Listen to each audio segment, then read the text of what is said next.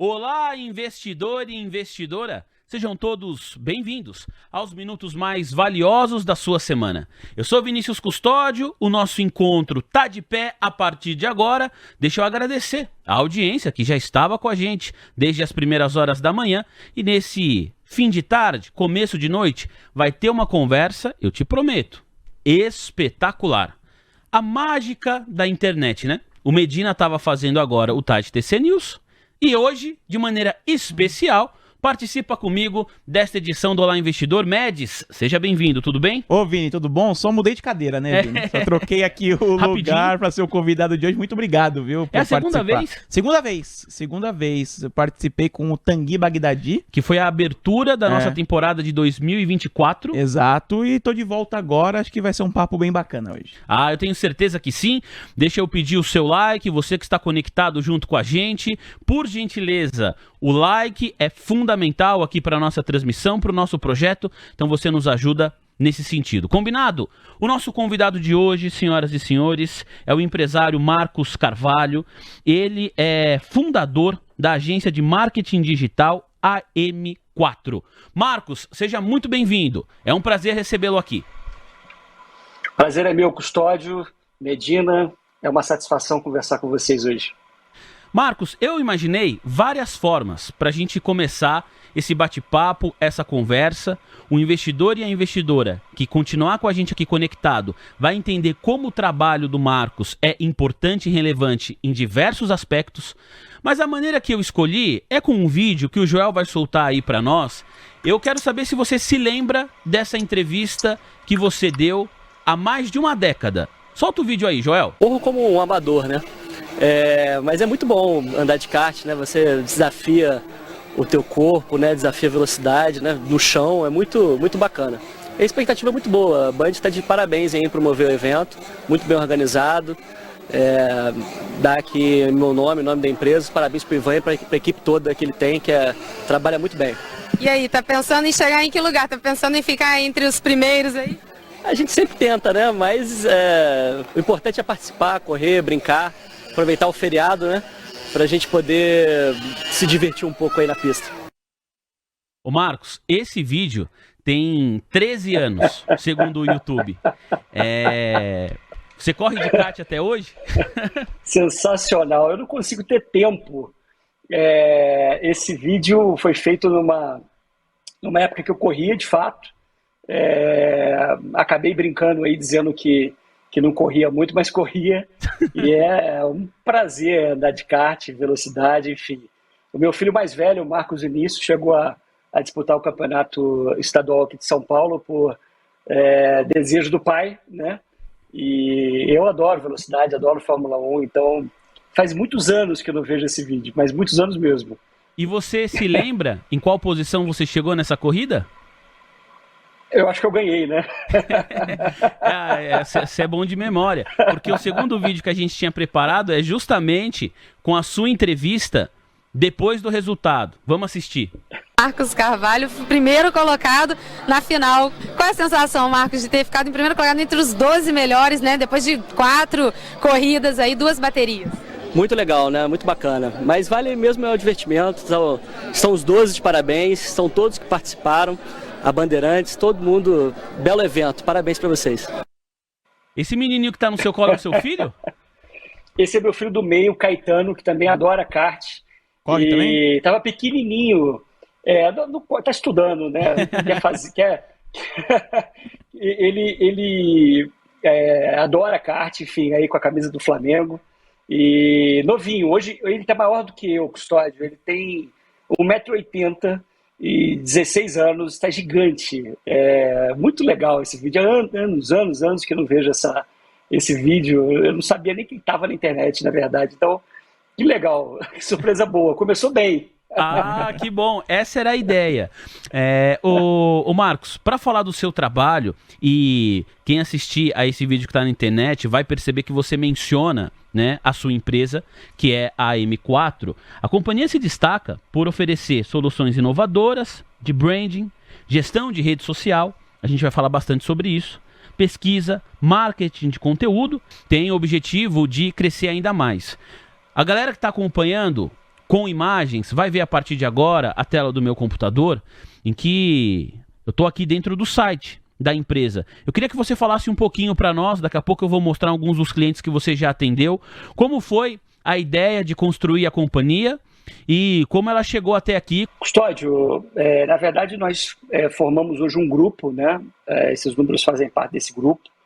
A M4 foi um sonho, eu tinha apenas 17 anos, nós tínhamos a internet assim bem no início, né? 1999, e eu brinco que só a gente e mais uma ou duas empresas sobreviveram tantas transformações, tantas mudanças que a internet teve nesses anos todos, né? Era o menino da internet e os anos passaram, você vê aí nesse vídeo que você acabou de exibir. Então, enfim, ela foi fundada com meu irmão Magno, mais 2 sócios que foram muito importantes, enfim. E aí nós passamos por N transformações até chegar até aqui. A internet, você sabe que antes era vista como uma espécie de folder eletrônico nessa época. Era uma mídia acessória. Eu brincava que nós ficávamos sabendo de uma campanha junto com o sujeito que plotava o adesivo no elevador, junto com a gráfica.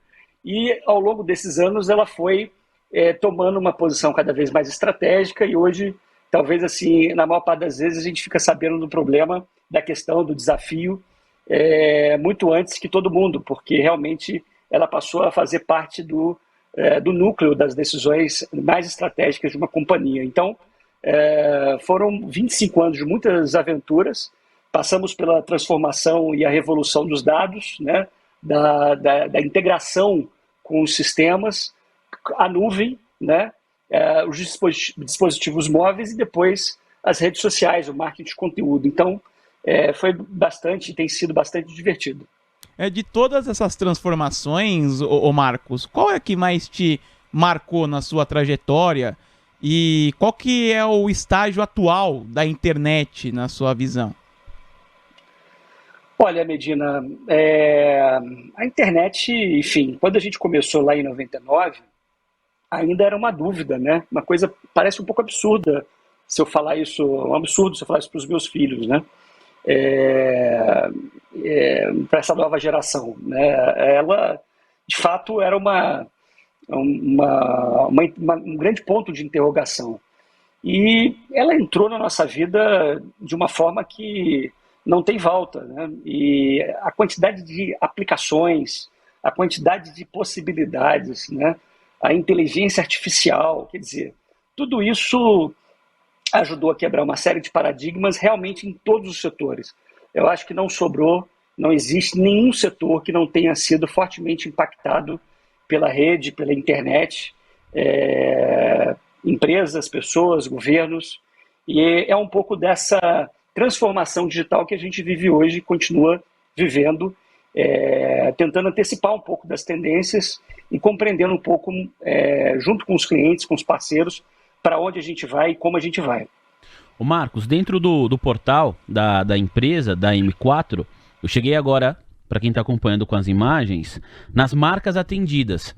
E aqui eu duvido que a nossa audiência não conheça pelo menos 4 ou 5 marcas que você já prestou serviço, né? Então tem Multiplan, para citar uma que tem capital aberto. Aqui, né, com o tempo você vai ver que isso aqui vai renovar, tem outras marcas, vai aparecer a Vale, aqui outra empresa de capital aberto, a Light. Estou citando empresas, né, que os nossos telespectadores podem negociar as ações em bolsa, mas você tem aqui a Valda, a Bayer, Boticário, Saint-Gobain, enfim, grandes companhias. Você falou sobre essa mudança da internet e como esse meio de comunicação foi ganhando protagonismo. Na sua avaliação, os executivos dessas grandes empresas, eles também conseguiram se adaptar e hoje entendem, né, que a internet é um canal fundamental para que as marcas estejam lá e coloquem dentro do seu orçamento anual já um planejamento de investimento para esse canal de comunicação? Sem dúvida.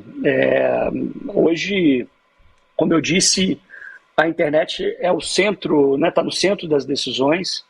A escuta, o monitoramento das redes é crucial para qualquer empresa compreender de forma mais assertiva a imagem percebida que ela tem no mercado, né, junto aos seus stakeholders, a todos os atores mais importantes da companhia. E há realmente uma diferença muito grande entre a autoimagem e a imagem percebida. Então, a gente usa uma metodologia que parte desse princípio. Primeiro a gente precisa escutar, né, entender, ter um nível de recorrência que dê segurança nesses dados, e a partir daí, dentro dos desafios propostos de negócio, conectar uma coisa a outra e entender que tipo de exposição qualificada, adequada, integrada com a estratégia de imprensa, que é muito importante, a companhia precisa adotar para que as coisas comecem a acontecer, para que os resultados comecem a aparecer. De fato, o mundo que a gente nasceu lá atrás, ele ficava absolutamente dependente da publicidade, da propaganda, dos jornais, né? Era um emissor para milhares de receptores. Hoje são milhares de emissores para milhares de receptores, e é isso que faz a internet acontecer. E é isso que guarda e reserva as grandes oportunidades para os negócios acontecerem na internet, nas redes sociais, enfim, na internet como um todo. Bom, você, Marcos, né, assim, a gente entendeu o tamanho que a sua empresa chegou. Para quem estava prestando atenção, logo no início do site da companhia mostra, tem escritório em São Paulo, Belo Horizonte, Brasília. Em algum momento da sua carreira, você entendeu que, para além de prestar serviços, né, para o setor privado, você também caminhou para clientes, o que eu vou chamar aqui de clientes, né, políticos que te contrataram e você teve um protagonismo importante nas eleições recentes. Eu queria saber como foi essa decisão, porque é uma decisão, me parece, que para um empresário que quando decide sair candidato, quando coloca ali a sua carreira e vai procurar voto, isso certamente toca as suas empresas, o seu negócio e a sua família. Não foi o seu caso. Você ofereceu um trabalho profissional para importantes nomes da política brasileira, mas isso não significa, né, que eu imagino pessoas ao seu redor não se preocuparam com a sua carreira, com a imagem da sua empresa, e até imagino que você também teve que conversar com a sua família para explicar, né, por que você queria dar esse passo nesse momento. Como foi essa decisão, Marcos? Custódio, eu acho que essa decisão ela foi pessoal. Eu adoro política, eu acho que a política é ferramenta, é instrumento para mudança social. Eu dou um valor enorme à função política, apesar de ser uma coisa rejeitada para a maior parte das pessoas, né, que gera algum tipo de rejeição, de repulsa. Mas eu acho que ela é um veículo e por gostar tanto de política, eu olhava as campanhas políticas e achava aquilo uma coisa meio maluca, meio doida, né? Se você imaginar, dois partidos políticos dominaram praticamente o cenário da política brasileira desde a redemocratização. E, basicamente, eles atuaram durante 2 décadas quase com a internet a partir de estratégias como o tuitaço, né? Você imaginar que isso... Você lembra desse termo, né? Tuitaço.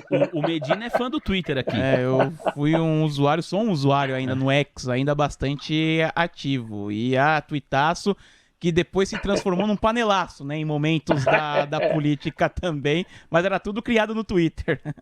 É verdade. E quer dizer, aquilo não convencia nenhum lado nem o outro. Imagina, né? Quem aparece mais, né? E, enfim, a política na rede ela se dá com voluntariado, né? E voluntariado é uma coisa que a gente pesquisa, olha, estuda já há muitos anos, porque talvez ele seja a melhor forma de você distribuir uma ideia, né?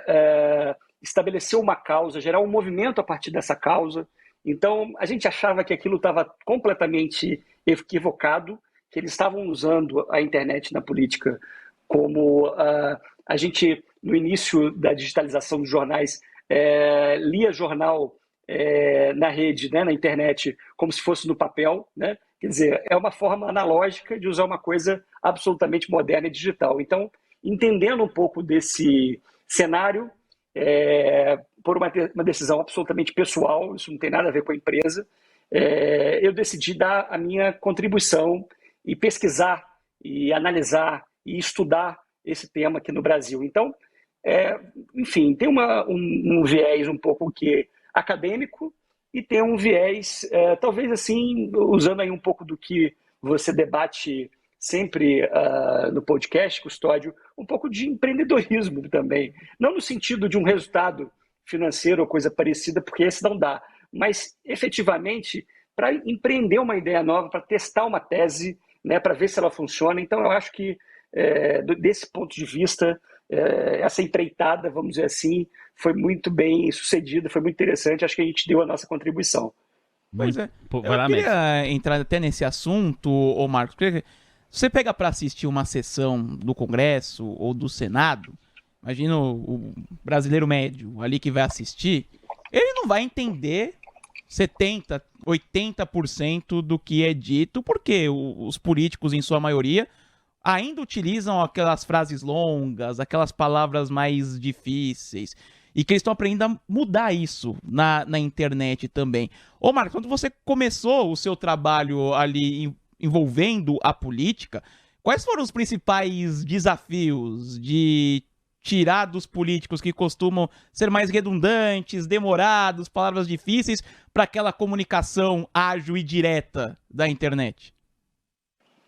Mas esse, Medina, é um grande desafio, né? Porque é capacidade de síntese, né? A verdade é que a política estava muito acostumada com uma estética, né? De quanto mais falar, né, melhor. E uma comunicação muito pouco segmentada, né? E o máximo que era feito do ponto de vista da redução não era feita pelo político, era feita por uma campanha, por um filme de 30 segundos na TV, né? E a rede, ela realmente tem esse atributo que é muito importante, que é a possibilidade de você segmentar e microsegmentar essa comunicação, óbvio que a partir de uma espinha dorsal. Se a gente parar para pensar, isso já é feito pelo varejo, isso já é feito há muitos anos pela marca. Ele só não tinha ido para as marcas, e isso só não tinha ido ainda para, vamos dizer assim, para a reputação, né? E que é uma coisa muito importante para a política. Então, realmente, respondendo a tua pergunta, é um grande desafio isso, mas é um desafio que precisa ser enfrentado, né? A política, você pode observar aí as últimas campanhas, ela tem virado um pouco de entretenimento, né? Então, a forma também é fundamental. Não adianta você ter um conteúdo absolutamente rebuscado e não conseguir chamar a atenção, né? E aí é óbvio que isso gera também um problema para a própria política. E é uma coisa que precisa ser acertada a partir da maturidade do próprio espectador, do próprio eleitor, né? Ao longo dos próximos anos. Ô Marcos, vou tentar associar, e se eu fizer bobagem, fica à vontade para me corrigir, uma característica da sua companhia com a sua atuação pessoal, esse desejo pessoal que você tem em oferecer os seus conhecimentos à política do nosso país e aos políticos do nosso país. Existem algumas agências, né, de publicidade, de marketing, que são agências especializadas. Então elas atendem um segmento específico. Vão atender só gastronomia, vão fazer só festivais de música. A sua agência, e mais uma vez se o Joel puder compartilhar a imagem, a gente vê aqui, ó, clientes, Óticas Carol, Vale, minério. Aí tem a Brahma, cerveja, Semig, companhia de energia, Boticário, cosméticos, né, linha de beleza. Você prestou serviço para o Rio 2016, Olimpíada que aconteceu aqui no Brasil. Então, a gente está falando de uma agência que tem a capacidade de entender a necessidade de um cliente e clientes das mais diversas áreas. Essa característica eu quero pegar e levar para esse seu desejo pessoal de trabalhar e oferecer os seus conhecimentos para políticos. Porque você já trabalhou com políticos e daqui a pouco a gente vai entrar mais em detalhes. À direita e à esquerda. Qual que é essa característica, né? Porque me parece que a empresa reflete essa sua característica pessoal também. Queria te ouvir nesse sentido. Custódio, na verdade, a gente nem assim se enxerga muito nessa categoria de agência, né? Nós nos enxergamos como uma empresa de inteligência digital, né? Então, o nosso principal desafio é transformar dados em estratégia competitiva muito mais assertiva em função dessa escuta apoiada naturalmente a uma estratégia criativa de conteúdo, etc. e tal. Então, a gente tem muita assim, felicidade em ter rompido essa coisa do eixo Rio-São Paulo ou São Paulo só. Então, quer dizer, eu acho que há esses escritórios, né, essas praças representam um pouco dessa diversidade do Brasil, inclusive. E a segmentação de cliente é uma coisa também que nos traz muito orgulho, porque é a possibilidade de você provar uma tese, né, daquilo que a gente faz no nosso trabalho para diversos segmentos. Então, como você disse, tem marcas de consumo, varejo, indústria farmacêutica, mineração, indústria automobilística, mercado financeiro, né, área pública, que representa não mais do que 15% da empresa, mas enfim, esse é o nosso mundo. A gente tenta enxergar esses desafios que hoje, repito, estão muito mais ligados às vezes às questões reputacionais, porque é a forma como você é visto, e traduzir isso em alguma oferta que esteja mais aplicada a atributos emocionais e funcionais do que o seu público efetivamente deseja receber no dia a dia. Ô Marcos, se você foi contratado, né, a sua companhia, por todas essas empresas e conseguiu pegar esses dados e entregar resultado, todo mundo que está acompanhando a nossa conversa, certamente falou, pô, o cara é fera, né? A empresa do cara é muito boa. Senão, não ia ser contratado tantas e tantas vezes. Agora, para quem eventualmente não sabe, o Marcos foi o responsável pela estratégia na campanha do ex-presidente Jair Bolsonaro em 2018, que foi uma campanha vitoriosa. O Bolsonaro saiu vitorioso daquela eleição. E também o Marcos, o nosso convidado, foi o responsável pela estratégia digital, sempre digital, a estratégia digital, do atual presidente da República, Luiz Inácio Lula da Silva, que venceu a campanha em 2022. As duas informações estão corretas, certo, Marcos? Mais ou menos. Deixa eu explicar por quê. Tá. A campanha de 2018 era uma campanha que realmente se apresentou muito precária, né? Então a gente foi responsável por criar essa grande plataforma de voluntariado espalhada pelo Brasil inteiro. As redes do então PSL, no final do primeiro para o segundo turno, já eram o dobro das redes do PT, que até então, enfim, foi o partido mais vitorioso nessa era digital, vamos dizer assim. E o nosso portal de voluntariado as ferramentas de voluntariado eram 2 vezes maior do que as redes do próprio PSL. Então, era realmente uma rede que foi preparada para funcionar em torno dessa causa, e gerou um movimento porque todo mundo quis colaborar, né, produzindo conteúdo, distribuindo conteúdo, uma coisa realmente até muito próxima do que a gente vê na democracia americana, em que você divide, né, a população, cria comitês, sai ligando para as pessoas, mandando e-mail, etc. e tal. Então, esse foi um marco realmente das campanhas digitais no Brasil. Eu acho que muitos livros foram escritos e muita história foi contada a respeito desse tema, né? A campanha de 22, primeiro que assim, nesse intervalo em 20, eu fui para o interior do Brasil para entender como é que era uma campanha pé vermelho, né, no chão. E eu descobri que não entendia nada, tá? Então, foi muito interessante e importante para a gente essa experiência. E chega a 22, eu quis viver a experiência de um projeto no outro lado, no outro segmento, porque também, enfim, sou um profissional, então não queria ficar vinculado nem um lado nem o outro, né?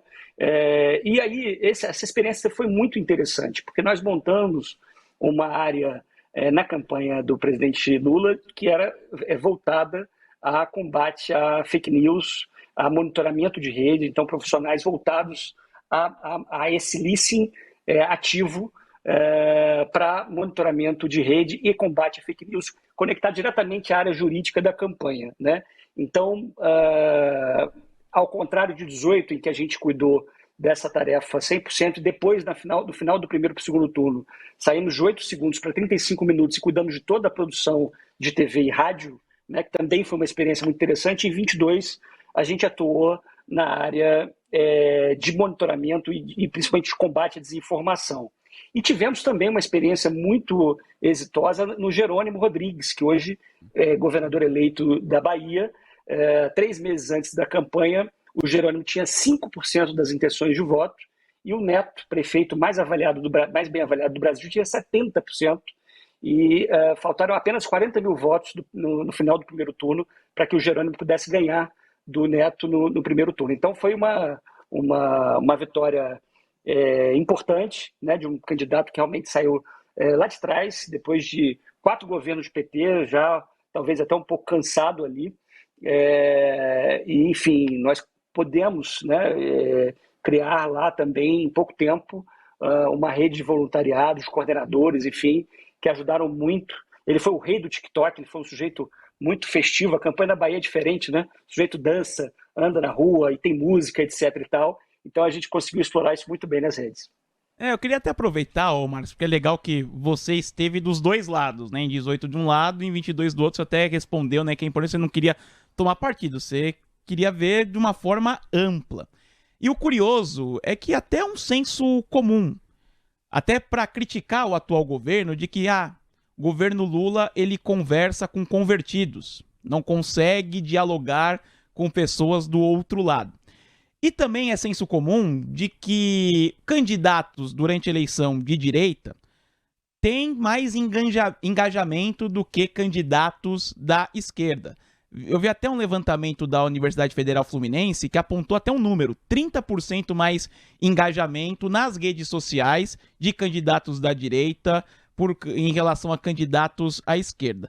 Você já teve dos dois lados, Marcos. Por que esse senso comum existe? Por que isso acontece? Olha, é uma questão que precisa ser de forma contínua estudada, continuamente estudada, tá? O que motiva alguém a entrar na rede e militar, né, e ser um voluntário, normalmente está ligado a questões circunstanciais, né, daquela época, daquele momento, e inclusive se você é posição ou oposição, né, e um pouco do ciclo da sociedade, né, o que a sociedade está pautando naquela época. Então, eu percebo que, assim, do ponto de vista da esquerda, do lado progressista, né, os conteúdos eles não atraem, né, eles não estão combinando com a vida que a gente vive hoje. Então há mais dificuldade mesmo de tração, né? Esse dado que você acabou de apresentar, ele está correto, porque realmente a direita ele tem uma capacidade de mobilização de 30% a 50% maior do que a esquerda, né? E aí eu acredito que seja uma questão muito mais de conteúdo do que de forma. Dos dois, conteúdo e forma, mas principalmente de conteúdo, né? Talvez exista assim, uma necessidade de reconexão do campo progressista, né, com o tipo de vida que a gente leva hoje, né, em que o emprego mudou, né, a forma como a gente trabalha e empreende, né, mudou completamente. Então, se você ainda tiver, por exemplo, um discurso absolutamente sindical, estatal, né, protecionista, né, isso não vai combinar com uma população que não consegue sentir direito mais esses territórios. Isso deixou de ser importante para elas. E eu acho que isso, naturalmente, se deve muito à forma como a informação chega hoje até a gente, né? A rede social, a internet, permitiu que diversos conteúdos fossem expostos, né? E as pessoas pudessem escolher. E na medida que elas escolhem, o algoritmo funciona para te jogar para o centro dessa bolha. E se você não faz uma comunicação que vá para a franja dessa bolha, você não consegue visitar o outro lado e provocar outras sensações. Muito legal. Você falou que em 2020, Marcos, né, quis visitar o interior do país para entender como que era feita campanhas políticas por lá, para ficar mais perto, né, disso. E o vídeo que eu vou mostrar agora é justamente do ano de 2020, é do canal do Maurício Gasparini. Você deu uma entrevista para ele de mais ou menos 15 minutos de duração, e eu selecionei um trecho que eu acho que é um gancho importante aqui para nossa conversa. Vamos tentar entender com mais detalhes, né? Primeiro, a sua movimentação lá em 2018. Eu fiquei bastante surpreso com a resposta que a gente vai ouvir agora. Vamos acompanhar. Na campanha, um pouco antes de fato da campanha começar, apesar de analisar a tendência que hoje a gente chama de ideológica, né, de esquerda para direita, em uma matriz de 9 colunas, desde julho de 2013, com as manifestações do Vem Pra Rua, nós alimentamos essa matriz, né? E, de fato, a ideia era contribuir em uma eleição presidencial de alguma forma. A gente entendia que as eleições eram conduzidas de uma forma equivocada, né, frente a essa revolução digital que a gente vive. E escolhemos o cliente no sentido de procurá-lo para desenvolver. Vocês que procuraram ele? A gente procurou o Jair. Vocês podiam ter me procurado aqui em Ribeirão, hein? Imagina. E respondendo assim, diretamente a tua pergunta. Mas é porque ele já saltava aos olhos, é isso? Ele já saltava aos olhos. Na verdade, quando Vocês achavam olhava, que era uma figura que dava para ser trabalhada? Existiam outras, mas enfim, na hora que afunilou, dos candidatos que ficaram, ele tinha o melhor arquétipo, como a gente chama, o melhor perfil para entrar na nossa, enfim, na nossa proposta de trabalho.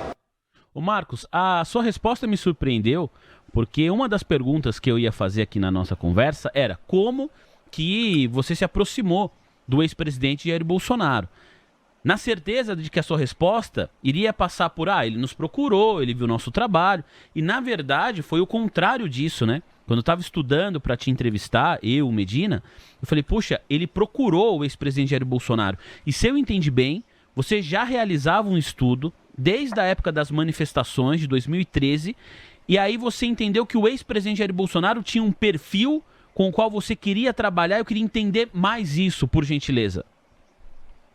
Então, olha, a gente precisava encontrar, no momento que eu decidi participar desse processo e achei que a gente podia fazer uma campanha presidencial, mesmo em tese sem essa experiência, né? Todo mundo que fazia campanha era uma turma bem antiga. Eu queria, né, encontrar alguém que pudesse estar melhor encaixado a esse arquétipo desenhado e percebido nesse monitoramento desde 2013, desde as manifestações, né, que levava mesmo a um pensamento que a gente chama hoje de lavajatista, né, mais liberal, né, mais à direita, mais preocupado com costumes, mais preocupado com temas que eles enxergavam que estavam passando dos limites, assim, do ponto de vista da família, da moral. Tinha um espectro ali que estava desenhado, só não tinha fotografia, tinha um desenho, né, delimitando o rosto, delimitando as características, vamos dizer assim, os atributos desse candidato, enfim, que pudesse reunir a maior quantidade de o melhor perfil para essa candidatura de 18. Então, em tese, tinham 3 candidatos possíveis, pré-candidatos que preenchiam essa lacuna. Os outros 2 não foram viabilizados, né? Não concorreram, e o Bolsonaro, enfim, concorreu, e a gente achou que ele era o candidato que melhor se encaixaria nessa nossa tese, né, de quem já tinha uma rede, apesar da rede dele naquela época ter ainda alguns estava um pouco velha, o nível de engajamento não era tão grande quanto se esperava, mas ele ainda assim era o único candidato que tinha torcida, e isso nos chamou muita atenção, né, pulava aos nossos olhos, e a gente buscou esse projeto para que, enfim, a gente pudesse ter uma primeira eleição em que o digital realmente pudesse romper essa barreira, que era uma tríade de dinheiro, que você precisa de partido, que te gera tempo de TV, que você precisa de dinheiro e que você precisa de partido político, enfim. Então, foi uma quebra de um paradigma que foi importante, né? Hoje, eu tenho certeza que todo mundo acha, depois dessa eleição, que mesmo estando num partido pequeno, com pouco dinheiro ou com pouca TV, ele pode ser candidato e pode ganhar uma eleição. A gente escuta o Marcos, né, falando sobre um caso de um político, acho que estamos falando só política, mas acompanhando a sua resposta, ô Marcos, eu faço paralelo até mesmo com o empreendedorismo, na questão de muitos falar da busca ativa por clientes. No mundo dos negócios, muitos empreendedores, né, esperam ser descobertos pelos clientes, e você contando essa história me traz esse paralelo. Na sua visão, qual que é a importância disso, de um empreendedor adotar uma postura proativa na captação de clientes? Eu acho que isso faz toda a diferença, Medina. Isso tem que compor o valuation de uma empresa, de um negócio. Ao mesmo tempo, o contrário, né? Se você faz isso de forma desorganizada, isso pode gerar um risco reputacional, né? Mas no final, eu acho que tem uma espécie de uma liquidez emocional do investidor. Ele precisa estabelecer uma espécie de uma narrativa de marca, ele precisa criar uma projeção de valor. E a rede é um ambiente absolutamente aberto para isso, porque ele vai produzir o seu conteúdo, ele vai apresentar, ele vai mostrar, ele vai expor sua ideia, vai dizer qual é o seu sonho, né? Como Shark Tank, né? E você tem uma audiência que vai ser meritocrática, né? Se o seu produto estiver alinhado com aquilo que as pessoas desejam ver e ouvir, naturalmente, por consequência, esse produto vai começar a ser consumido, e quanto mais ele for consumido, mais o algoritmo vai trabalhar para que essa sala fique mais cheia, para que esse ônibus fique mais lotado. Uma curiosidade, né, o Marcos, quando você olhou, fez esse estudo, né, que vale para empresas, para os empreendedores que estão aqui nos acompanhando, mas você fez um perfil, a minha noiva, ela é gerente de marketing, né? Ela trabalha com uma marca de restaurantes aqui, pizzaria, aqui em São Paulo. E ela fala muito isso. Para mim foi difícil entender, né, o conceito de cria uma persona. Qual que é a persona que vai consumir a TC News? Falava, pra que isso é importante, sabe? Eu ficava discutindo isso com ela. E ela sempre falou, não, isso é muito importante. E quando eu ouvi a sua resposta, você falou assim, só faltava estar desenhado.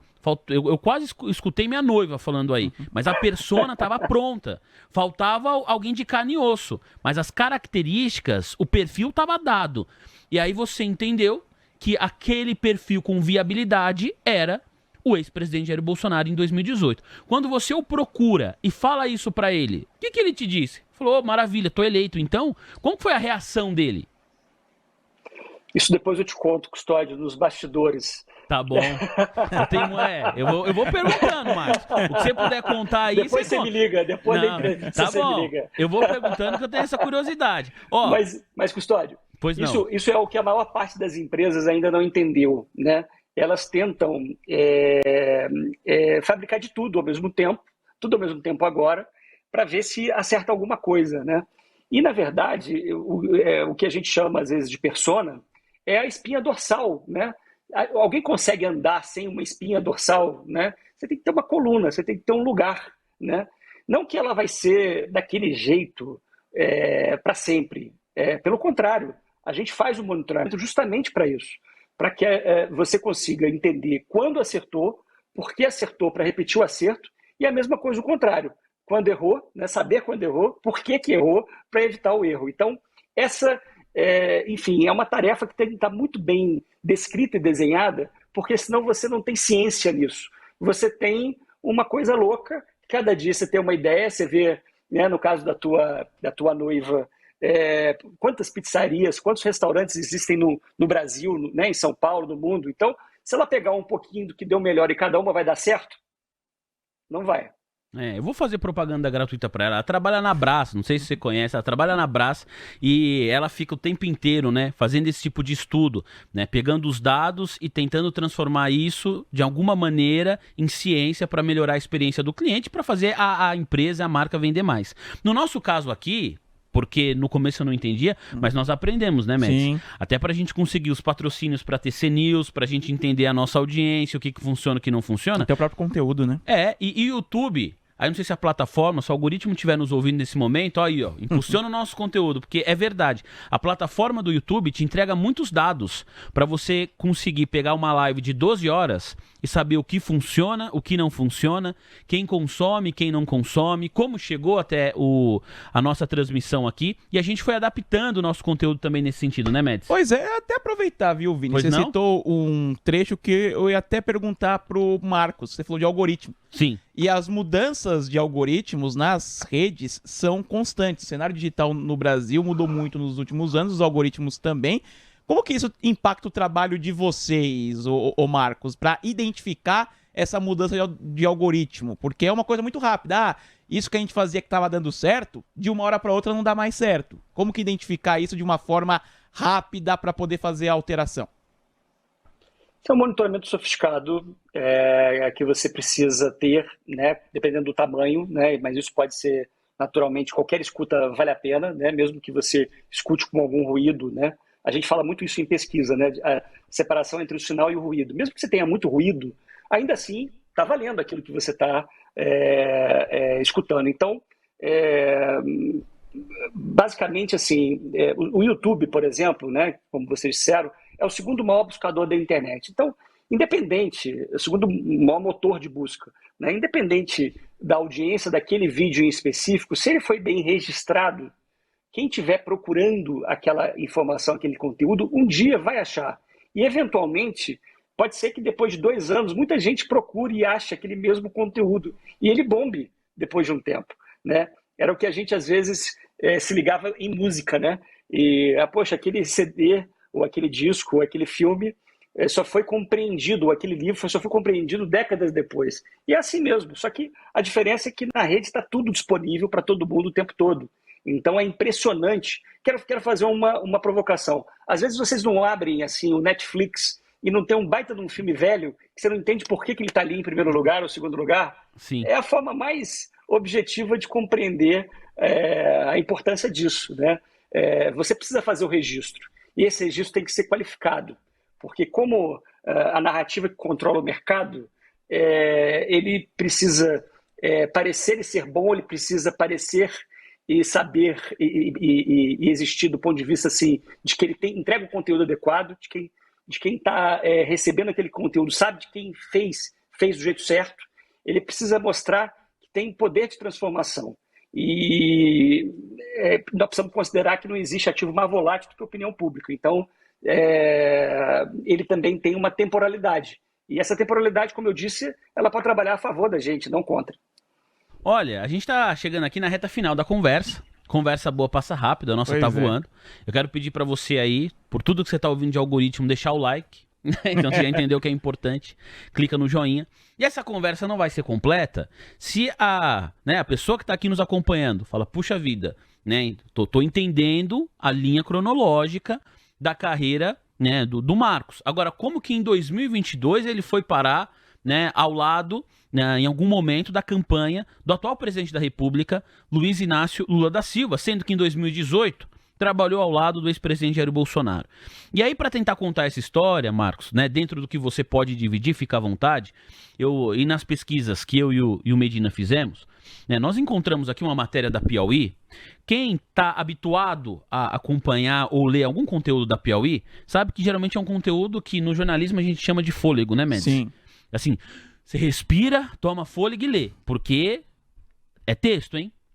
Então tem aqui uma matéria mais extensa, publicada em novembro de 2022, assinada pela Consuelo Diegues.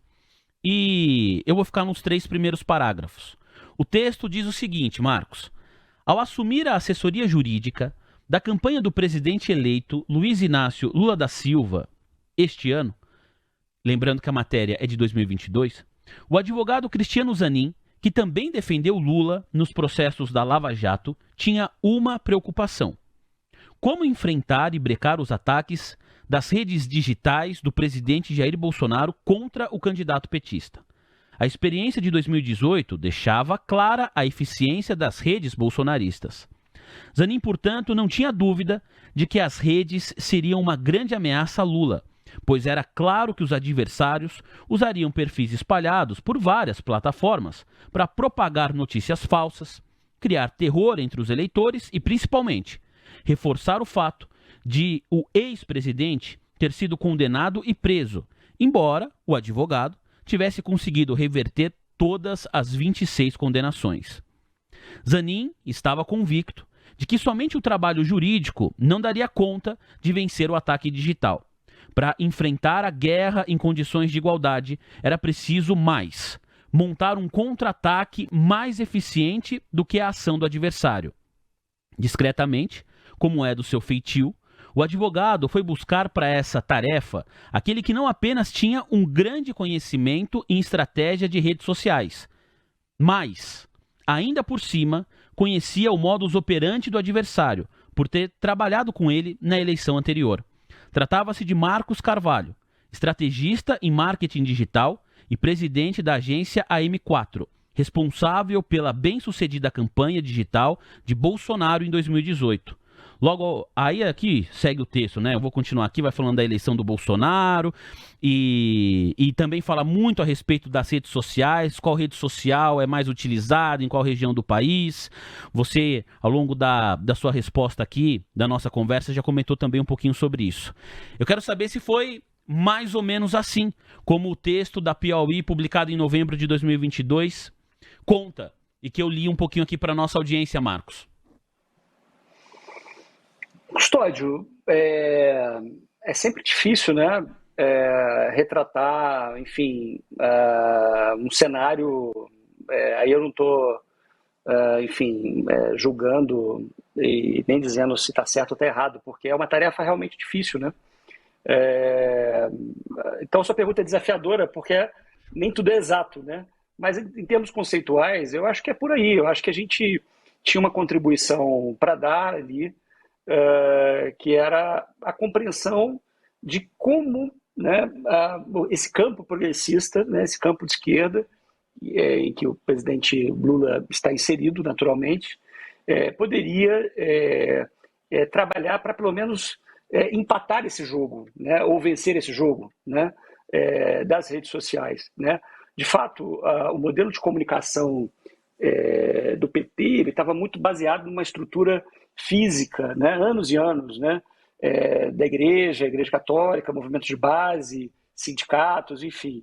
Ela não foi digitalizada, não teve uma virada digital ali né, no campo da esquerda. Isso, enfim, paga um preço, porque, eventualmente, melhor que seja o seu discurso, melhor que seja o seu programa na TV, melhor relação afetiva o eleitor tem com aquele candidato A ou B ou C, no final das contas, é uma enxurrada de conteúdo que a gente recebe, né, todos os dias.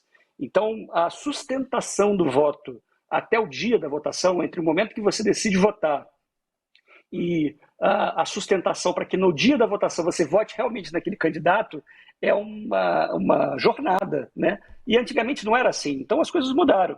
Se você observar a última eleição aqui em São Paulo, você vai ver uma montanha-russa, né, de emoções. Ninguém sabia o que ia acontecer e os três candidatos ficaram absolutamente quase empatados, né?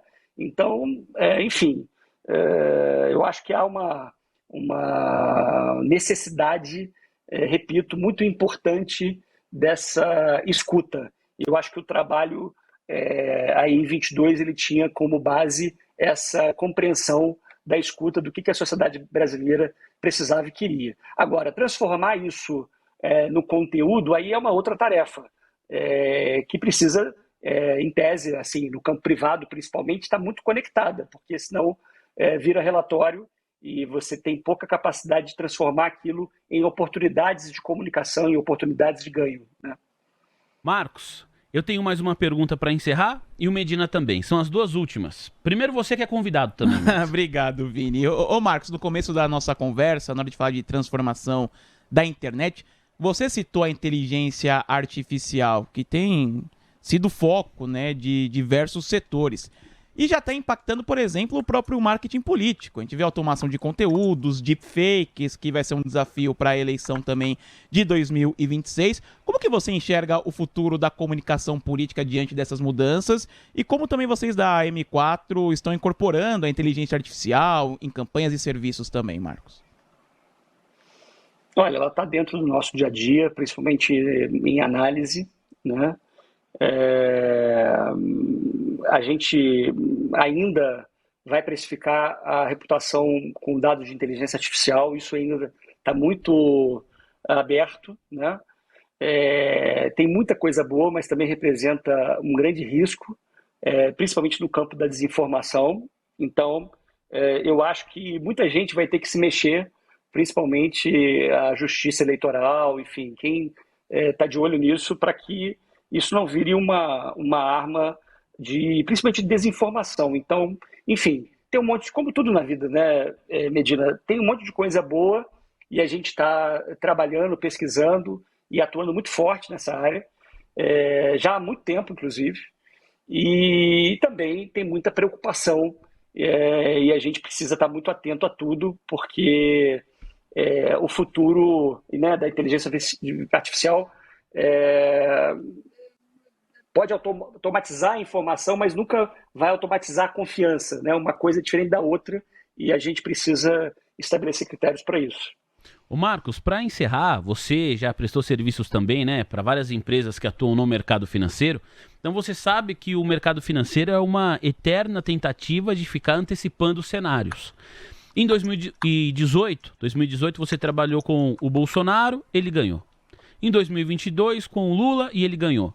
Você vai trabalhar com alguém em 2026? Eu não sei, Custódio, porque isso não depende de mim, naturalmente. Eu adoraria assim, que o Brasil melhorasse o seu estado de espírito, né? O Brasil e o mundo, que a gente pudesse ter mais assim uma pacificação, né? Para que todo mundo reme para o mesmo objetivo, que é o desenvolvimento econômico, que vai gerar um desenvolvimento uma melhoria na qualidade de vida das pessoas, né, dos brasileiros, né? Então, de verdade, vai valer a pena agora, nesse terceiro ciclo, vamos dizer assim, que a gente possa, se tiver que trabalhar com alguém, que a gente trabalhe com alguém que possa fazer essa diferença. É isso. Olha, Marcos, quero agradecer muito. Eu e o Medina aqui, né, comentávamos durante as suas respostas como foi legal te receber aqui, como é importante conversar com alguém do seu gabarito, em qualquer circunstância, mas especialmente dentro do Olá Investidor, que a gente conseguiu falar tanto de política como do seu trabalho na iniciativa privada. Falamos de empreendedorismo, inteligência artificial, e para nós foi uma grande alegria, não é, Médici? Foi muito legal, muito bacana, uma conversa de alto nível. Receber convidados dessa qualidade é sempre enriquecedor, Vini. Olha, Marcos, muito obrigado pela gentileza. Eu espero que você tenha gostado da experiência tanto quanto nós, e os microfones da TC News estão à disposição para uma próxima oportunidade. Obrigado, viu, Marcos? Obrigado, Custódio. Obrigado, Medina. Obrigado, TC News. Foi um prazer. Vocês são muito divertidos, inteligentes, e foi muito bacana. Eu gosto... a conversa fluiu e também, para mim, passou super rápido. Então, estamos absolutamente iguais, felizes e satisfeitos. Ah, que legal. Foi bom demais mesmo. É uma conversa... Não é sempre que eu faço isso, vou confessar. Eu revejo os episódios do Olá Investidor, né? Mas essa eu vou rever. Boa. Eu vou rever, anotar. Trouxe o caderninho aqui para anotar algumas coisas, foi pouco. Né, vou rever essa conversa. Pessoal, muito obrigado. Na semana que vem estaremos aqui de volta, sempre terça-feira, 6h30 da tarde. Certo? Médici, gostou? Gostei, Vini. Obrigado. Médici. Pode me chamar mais, viu, Pô, Vini? é que seu cachê é alto, né, Médici? Dá pra pagar uma vez por ano só. Valeu, Vini. Obrigado e até uma próxima. Senhoras e senhores, ficamos por aqui. Semana que vem a gente volta. Um grande abraço. Tchau.